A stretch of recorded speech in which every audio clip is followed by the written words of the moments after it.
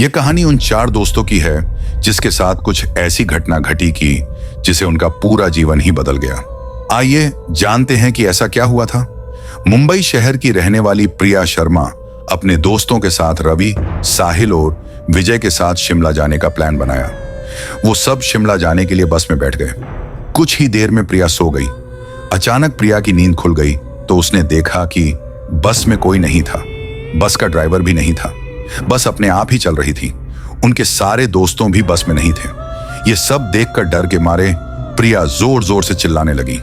अचानक उसे लगा कि कोई उसके पीछे खड़ रहा है। जब उसने पीछे मुद्दा कर देखा तो वहां एक स्त्री बैठी हुई थी। उस स्त्री का चेहरा जला हुआ था।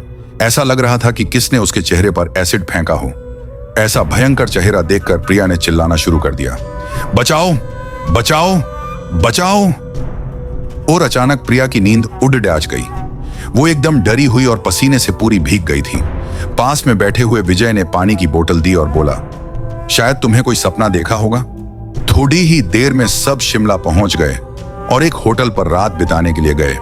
दूसरे दिन वो सब साथ में मिलकर होटल के पास वाले पहाड़ पे घूमने जाने का नक्की किया। करीबन आधे घंटे में वो सब पहाड़ की सबसे ऊंची शिखर पर पहुंच गए। वहीं से नीचे देखने पर घने लीलेछम पेड़ पौधे काफी सुंदर दिख रहे थे। अचानक साहिल चौंक गया और बोला, नीचे देखो, कोई खड़ा है, लगता है कोई स्त्री है। विजय और रवि भी देखने लगे लेकिन उन्हें कोई दिख नहीं रहा था और बोले, तू पागल हो गया है क्या? इस घने जंगल में कोई स्त्री कैसे आ सकती है? तुम्हें शायद कोई भ्रम हुआ होगा।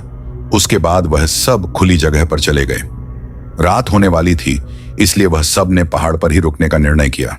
इसलिए उन सब ने वहां पर ही तंबू लगाया और खाने पीने के लिए सामान बाहर निकाला। प्रिया की बैग तंबू के बाहर थी इसलिए वह लेने के लिए बाहर गई तो वहां पर उसे किसी की आवाज सुनाई दी। प्रिया उस आवाज की ओर अपनी नजर घूम आती है तो उन्हें सामने से कोई 3 आदमी आते हुए दिख रहे थे। उनके हाथ में धारदार हथियार देखकर प्रिया डर जाती है और दौड़ के तंबू के अंदर आ जाती है। उसने अपने दोस्तों से भी यह बात की लेकिन कोई उसकी बातों पर विश्वास नहीं कर रहे थे। प्रिया चिल्लाकर बोली, आप सब पागल हो गए हो क्या? कोई भी मेरी बातों पर भरोसा नहीं कर रहा है। चलिए मेरे साथ बाहर, मैं आपको बताती हूँ। वो सभी बाहर आके शिखर की टोच से नीचे देखने लगते हैं। उतने में ही उन सभी को लगता है कि कोई 3 लोग उनकी ओर बढ़ रहे हैं। यह सब देखकर वो सभी डर जाते हैं और तुरंत ही अपना अपना सामान समेटने लगते हैं और बड्ढे से या पत्थर के पीछे जाके छुप जाते हैं। थोड़ी ही देर में वो सब ऊपर आ जाते हैं। प्रिया देख रही है कि उनके हाथ, पैर और सिर आम आदमी जैसे बिल्कुल नहीं थे। वो सब एक जगह पे बैठ जाते हैं और कुछ तांत्रिक विद्या शुरू करते हैं। उनमें से एक आदमी अपनी हाथों की उंगली को काट देता है लेकिन अंधेरे की वजह से उन्हें कुछ भी ठीक से दिखाई नहीं देता है। अचानक उन चारों ने देखा कि एक औरत उन आदमियों के बीच में आके लेट जाती है।